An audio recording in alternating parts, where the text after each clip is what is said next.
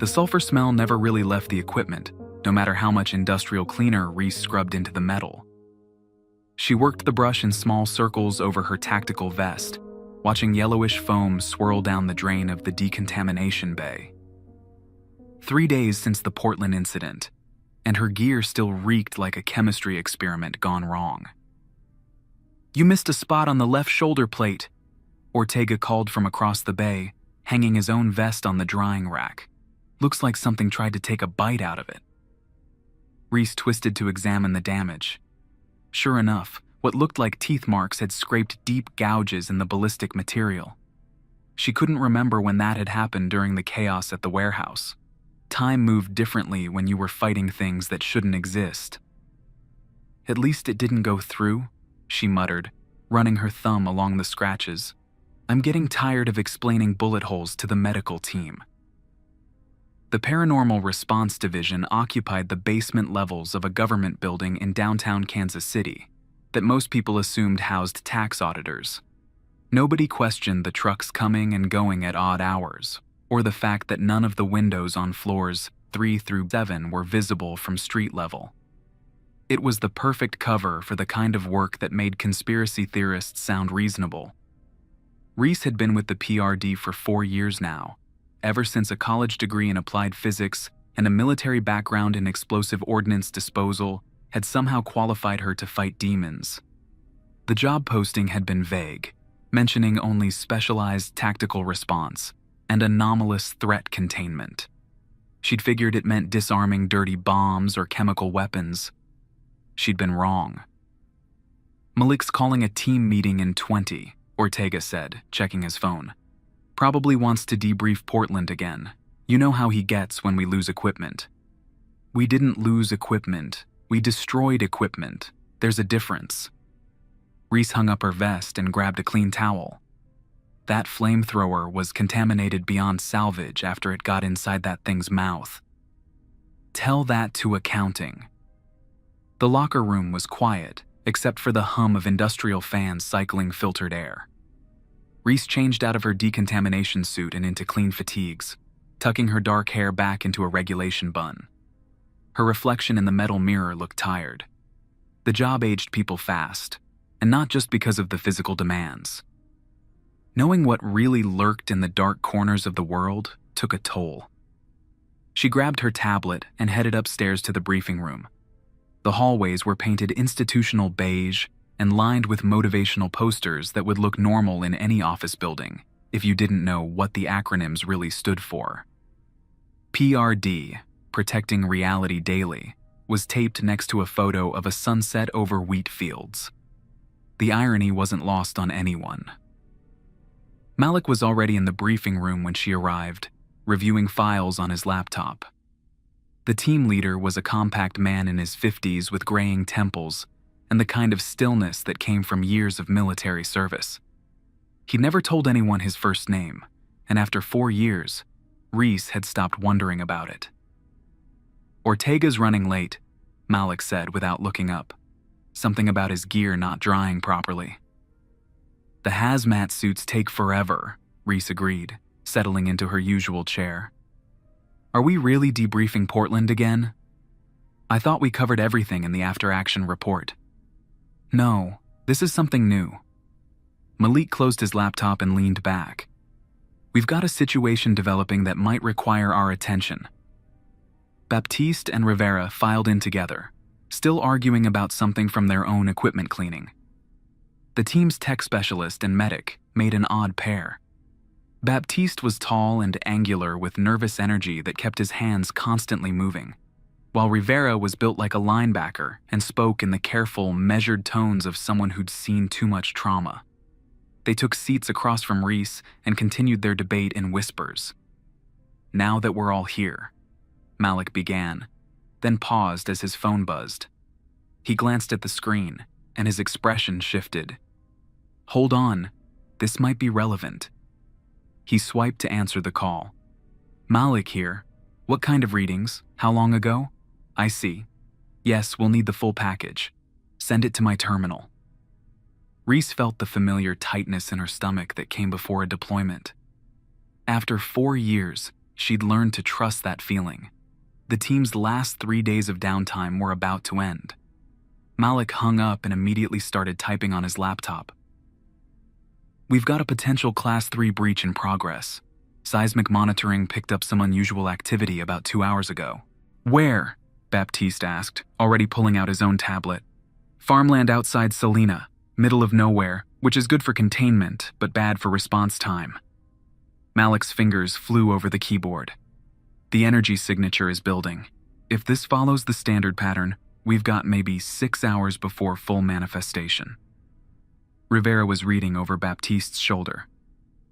"What's the preliminary classification?" "Unknown entity, but the power readings are consistent with a major threat designation."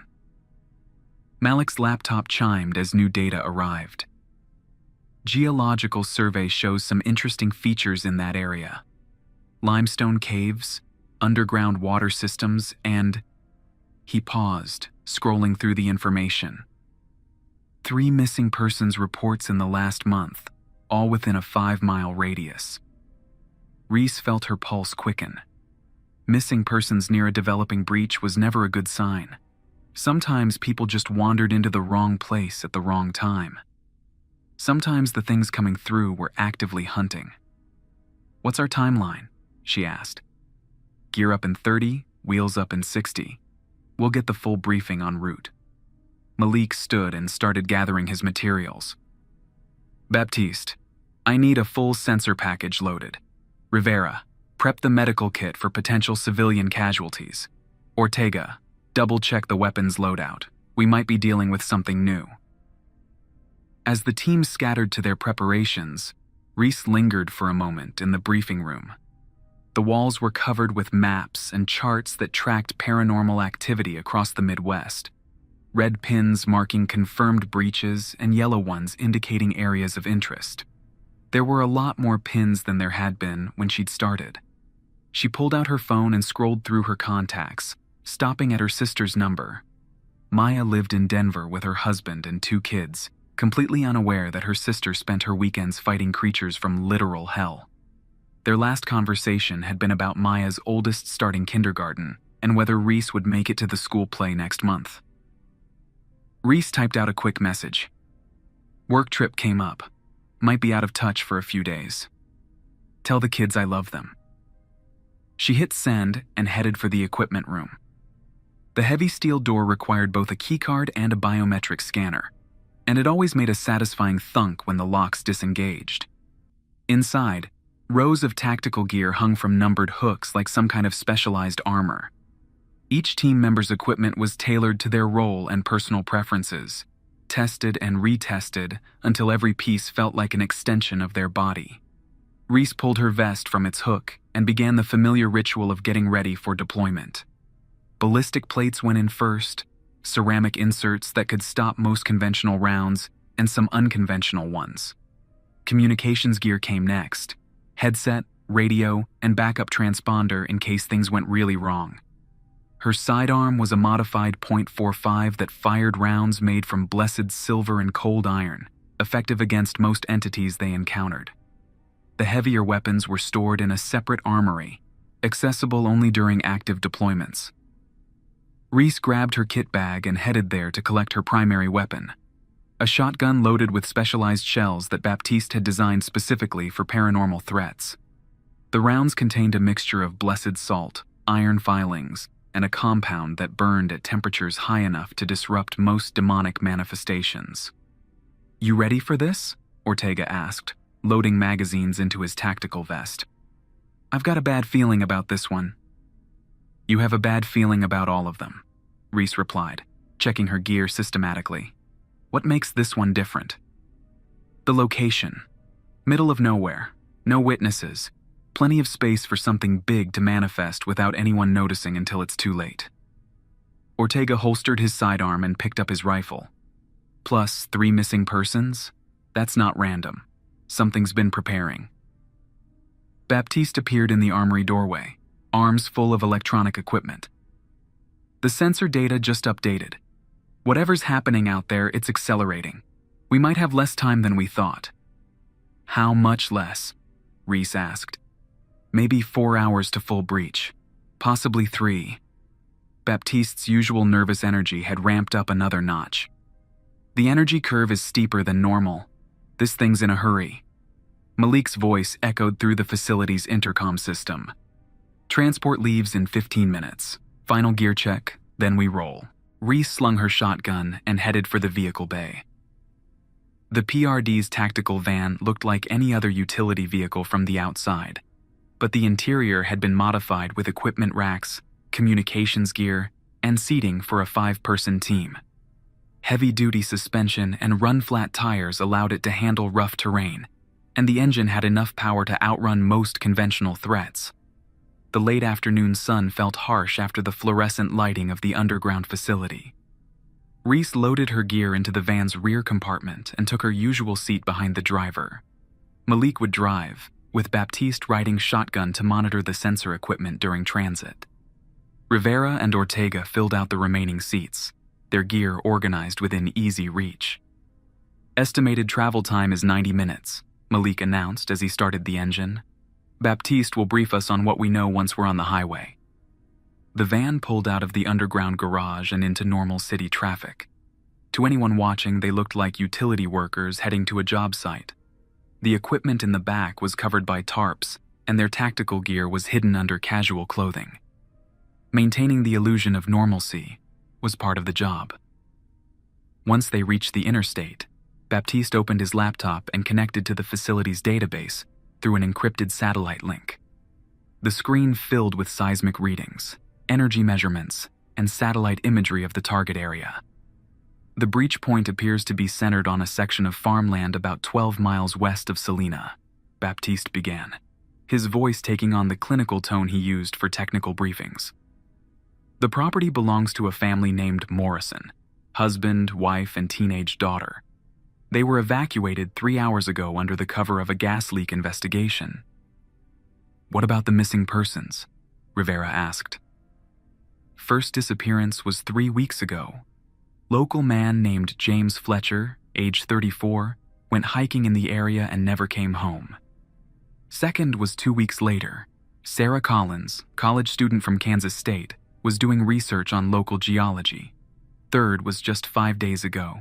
Teenage couple from Salina went out there too. Baptiste paused diplomatically. To spend time together. Their car was found abandoned. Reese stared out the window at the passing farmland. 3 people, different ages and backgrounds, all vanishing near the same location.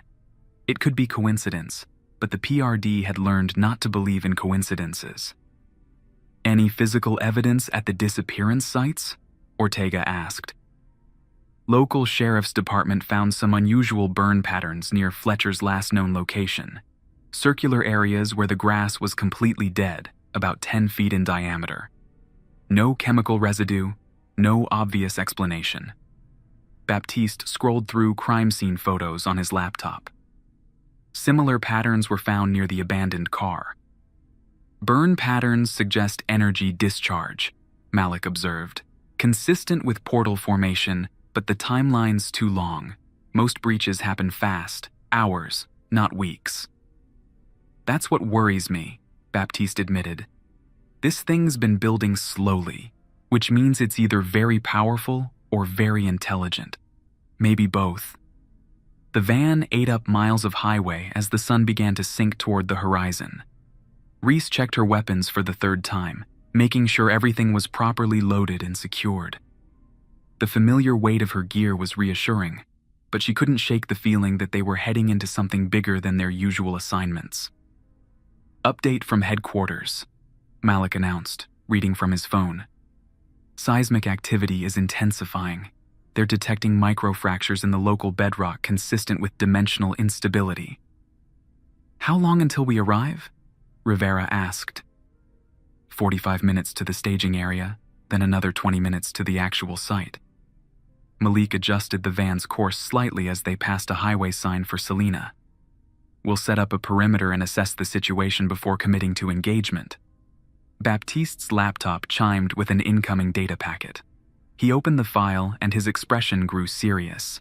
We've got a problem, Satellite imagery from 30 minutes ago shows new thermal signatures at the breach site. Multiple sources, moving in organized patterns.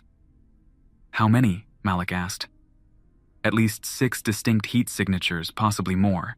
They're clustered around what appears to be the primary breach point. Baptiste enhanced the image, though the resolution wasn't good enough to make out details. Whatever came through, it wasn't alone.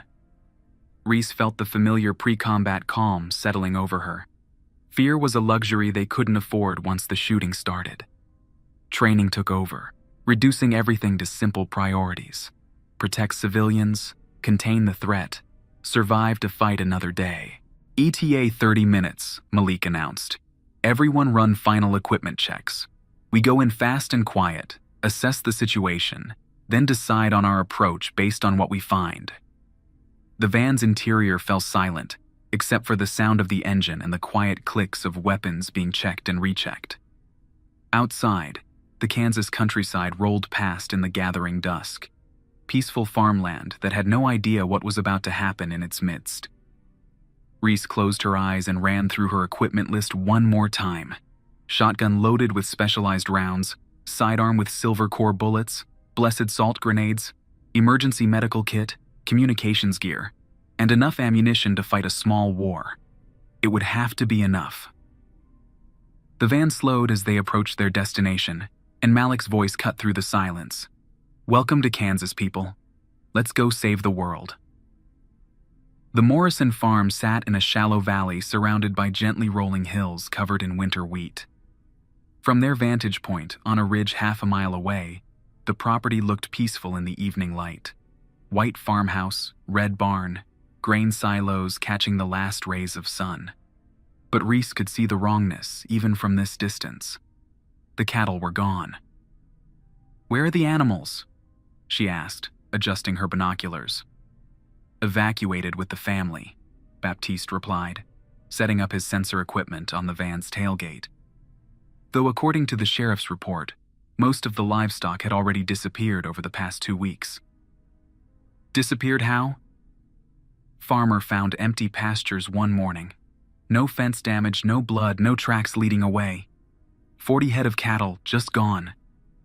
Malik studied the farm through his own binoculars. Any sign of our heat signatures? Baptiste checked his thermal scanner. Negative on infrared.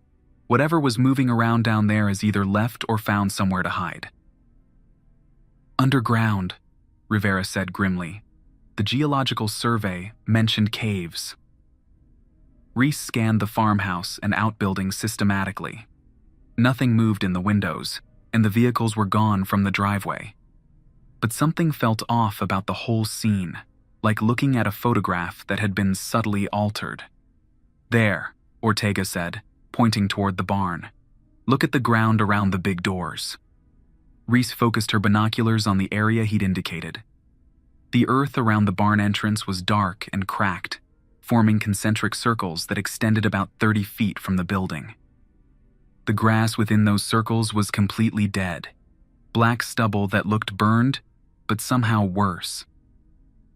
That's our breach point, Malik decided. Baptiste, what are your readings? Electromagnetic activity is off the charts. Radiation levels are elevated but not dangerous to humans. Dimensional stability index is quotation mark. Baptiste paused, double-checking his instruments. This can't be right. What is it? According to these readings, reality is paper-thin down there. Whatever opened that breach punched a hole right through to something else, and the barrier between dimensions is barely holding. Malik lowered his binoculars. Recommendations? We need to move fast, Baptiste said. If that dimensional barrier collapses completely, we could be looking at a permanent gateway. And judging by the energy signatures, whatever's on the other side is not friendly. The team gathered around the van to review their approach. Aerial photos of the farm were spread across the hood, marked with approach routes and escape paths. The barn sat in the center of the property, surrounded by open ground that offered no cover but good visibility in all directions. Standard breach protocol, Malik decided. We approach from the north, using the farmhouse for cover. Baptiste monitors dimensional stability while Rivera stays with the equipment as our communications link.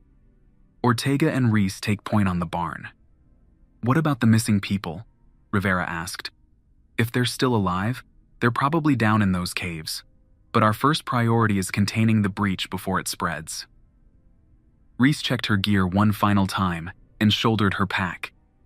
The sun was setting behind the hills, painting the sky in shades of orange and pink that would have been beautiful under other circumstances. But darkness would be their ally tonight, providing cover for their approach and concealing their movements from whatever was waiting in the barn. They moved down the hillside in single file, Malik leading and Ortega bringing up the rear. The winter wheat rustled softly in the evening breeze, and Reese could smell the earthy scent of farmland mixed with something else, something that reminded her of burnt metal and old blood. The farmhouse was dark and empty, windows staring blankly across the fields. Malik led them around to the back porch, where they crouched in the deep shadows cast by the building. From here, the barn was only 100 yards away, but those yards would be completely exposed. Baptiste set up his portable sensors and immediately started getting readings that made him curse under his breath. "The dimensional distortion is getting worse. Whatever's maintaining that portal is drawing more power." "How much time do we have?" Malik whispered. "Maybe an hour before the barrier fails completely. After that..." Baptiste shook his head. "I've never seen readings like this. We could be looking at a cascade failure that opens doorways for hundreds of miles." "Then we end this now." Malik signaled for Reese and Ortega to move toward the barn. "Baptiste, Rivera, maintain communications and monitor R6. If this goes bad, call for extraction and get the data back to headquarters." Reese sprinted across the open ground, her boots silent on the soft earth. The barn loomed larger as she approached, and she could see that the dead grass formed intricate patterns around the building. Not random burn marks, but deliberate symbols carved into the living earth. Whatever had done this was intelligent and methodical. She pressed herself against the barn's western wall, breathing hard from the sprint. The wood felt warm against her back, as if something inside was generating tremendous heat. Ortega appeared beside her a moment later, rifle ready. "You hear that?" he whispered. Reese listened. Beneath the normal sounds of evening on a farm, she could hear a low humming that seemed to come from deep underground. It was barely audible, more felt than heard, but it made her teeth ache. "Sounds like machinery," she murmured back. "Or chanting." They moved toward the barn's main entrance, stepping carefully around the burned symbols in the earth. Up close, Reese could see that the markings weren't just scorched grass. They'd been carved deep into the soil and filled with something that looked like metallic ash. The symbols themselves were complex geometric patterns that hurt to look at directly. The barn doors were closed, but not locked. Malik's voice crackled through their earpieces. "Baptiste's readings just spiked. Whatever you're going to do it fast." Reese positioned herself to the left of the doors while Ortega took the right. They'd done this drill dozens of times in training, and several times for real. She held up 3 fingers, then 2, then 1. Ortega yanked the door open, and Reese swept inside, shotgun ready. The barn's interior was a maze of farm equipment and hay bales, but her attention immediately fixed on the center of the space where the concrete floor had been torn away to reveal a gaping hole in the earth. The hole was perfectly circular, about 15 feet across, and lined with the same metallic ash that filled the symbols outside. But the real attention grabber was what surrounded it. 3 people hung suspended in midair around the circumference of the hole, held in place by cables or ropes that seemed to be made of the same ash-like material. They were alive. Reese could see their chests rising and falling, but they appeared to be unconscious. 2 men and a woman, dressed in civilian clothes that matched the descriptions of the missing persons. "Malik, we've got the missing people," Reese reported. "They're alive but suspended over some kind of pit." "Negative on moving them," Ortega added, studying the cables. "These restraints look booby-trapped. If we cut them wrong, they fall into whatever's down there. The humming sound was much louder inside the barn, and Reese could feel it vibrating through the floorboards. Looking down into the hole, she could see a faint red glow emanating from far below, as if something was burning in the depths. Baptiste says dimensional stability just dropped another 20%. Malik's voice was tight with urgency. You need to disrupt whatever's powering that portal. Reese approached the edge of the hole carefully, noting that the cables holding the 3 people were anchored to metal stakes driven into the concrete around the circumference. The stakes themselves were carved with more of the geometric symbols, and they pulsed with the same red light that came from below. It's a ritual circle, she realized. The missing people aren't prisoners, they're components. Their life force is being used to power the portal. Can we break the circle without killing them? Ortega asked. Before Reese could answer, the humming sound changed pitch, and the red glow from below intensified. The 3 suspended people began to stir, their heads lifting as if they were slowly waking up. Company's coming, Baptiste's voice crackled through their earpieces. Multiple contacts emerging from underground. They're big. The first creature climbed out of the hole with fluid grace, despite its size. It stood nearly 8 feet tall and moved like a predator, all muscle and controlled power. Its skin was the color of dried blood, and it had too many arms. 4 instead of 2, each ending in hands that could have palmed a basketball. But the worst part was its face, which was almost human, except for the rows of needle-sharp teeth and eyes that glowed like coals. It saw Reese and Ortega immediately and let out a sound that was part roar, part laugh. More creatures began climbing out of the hole behind it, each one slightly different but sharing the same basic template of nightmare anatomy. "Open fire!" Reese shouted, raising her shotgun. The specialized rounds hit the first creature center mass and it screamed, its skin bubbling and smoking where the blessed salt and iron made contact. But it didn't go down. Instead, it charged forward with terrifying speed.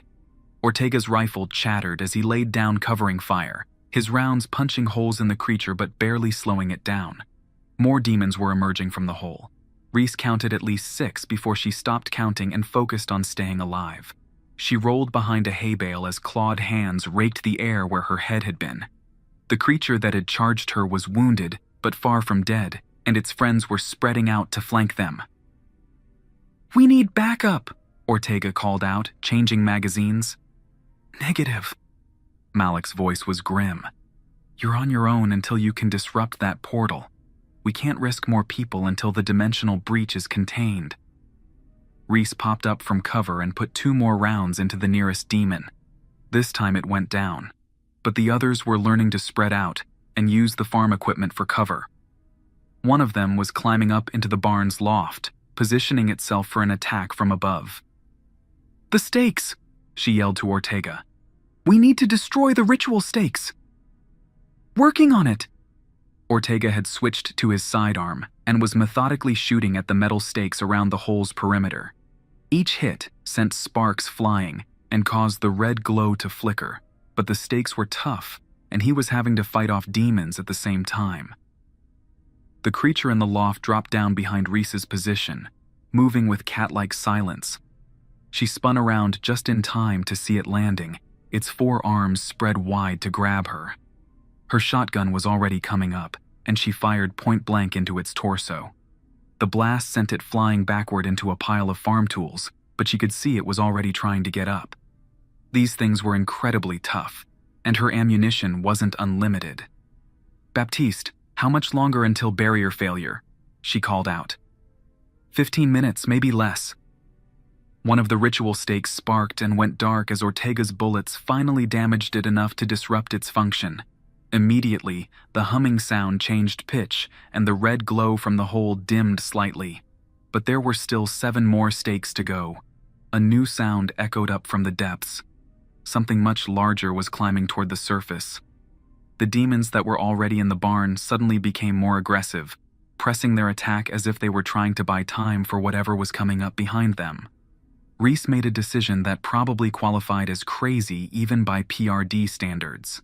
She slung her shotgun and pulled out 2 salt grenades, arming them both with quick twists of their pins. Ortega, when I say now, dump everything you have into those stakes. She sprinted directly toward the hole, dodging claws and teeth, and dove into a baseball slide that carried her to the very edge of the pit. Looking down, she could see something massive climbing up the walls of the shaft, something that made the other demons look small by comparison. "Now!" she shouted, and hurled both grenades down into the hole. Ortega's rifle opened up on full automatic, his remaining ammunition chewing through ritual stakes in a shower of sparks and twisted metal. The humming sound became a shriek as the circle's power fluctuated wildly. The grenades detonated far below, and the roar that echoed up from the depths was loud enough to rattle the barn's walls. The climbing creature screamed in pain and rage, and Reese could hear it falling back into whatever lay at the bottom of the shaft. 4 more stakes went dark under Ortega's fire, and suddenly the cables holding the 3 missing people dissolved, dropping them gently to the barn floor as the ritual circle's power failed completely. The remaining demons seemed to realize their situation had changed. Without the portal's energy to sustain them, they were cut off from their source of power. They fought with desperate fury, but Reese and Ortega's blessed ammunition was taking a much heavier toll now.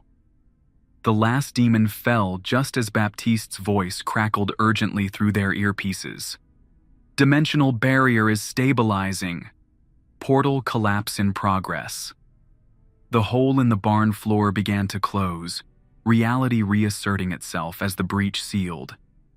The red glow faded to nothing, and the terrible humming finally stopped. In the sudden silence, Reese could hear the 3 rescued people groaning as they slowly regained consciousness. Breach contained. Malik's voice was relieved. "Good work, people. Rivera's bringing medical supplies for the civilians." Reese slumped against a hay bale, exhaustion hitting her as the adrenaline faded. Her ears were ringing from the gunfire, and she could smell cordite mixed with the sulfur stench of dead demons. But they'd won. The portal was closed, the missing people were safe, and whatever had been climbing up from below was trapped on the other side. "You know what the worst part is?" Ortega said, reloading his rifle out of habit. "What's that?" "We're going to have to explain to the Morrison family why their barn floor has a 15-foot hole in it." Reese laughed, surprising herself. "Gas leak explosion. Very tragic, but insurance should cover it." The 3 rescued civilians were sitting up now, confused and disoriented but apparently unharmed. Rivera arrived with medical supplies and immediately began checking their vital signs, while Baptiste packed up his sensor equipment. "Dimensional readings are back to normal," Baptiste reported. "Whatever they were trying to summon is stuck on the other side, and the portal won't be opening again anytime soon." Malik appeared in the barn doorway, surveying the scene with satisfaction. "Clean extraction, minimal civilian exposure, and threat contained. I'd call this a successful operation." "What about the bodies?" Ortega asked, gesturing to the dead demons. "Cleanup crew will handle it. By tomorrow morning, this will just be another farm that had an unfortunate gas leak accident." Malik checked his watch. "We'll debrief back at headquarters, but good work tonight. All of you." As they helped the 3 civilians to the van, Reese found herself thinking about her sister's text from earlier. Maya's world of school plays and kindergarten worries seemed impossibly distant from what had just happened in this barn. But that distance was what made the job worthwhile, keeping the normal world normal, even if most people never knew what it cost. The drive back to Kansas City was quiet, the 3 rescued people sleeping off their ordeal in the van's rear seats. They'd have no memory of what really happened, thanks to drugs that would be administered during their medical evaluations. As far as they'd know, they'd been in a car accident and spent some time unconscious in a hospital. Reese watched the familiar landscape roll past in the darkness and allowed herself to feel satisfied with a job well done. Somewhere behind them, reality was already healing the wounds that had been torn in it tonight. The Morrison farm would go back to raising cattle and growing wheat, and the only sign of what had happened would be insurance paperwork explaining a mysterious barn fire. Her phone buzzed with a text from Maya. "Hope your work trip is going well. The kids are excited to see you next month." Reese typed back, "Trip went fine. Looking forward to that school play." And for the first time in days, she was telling the complete truth.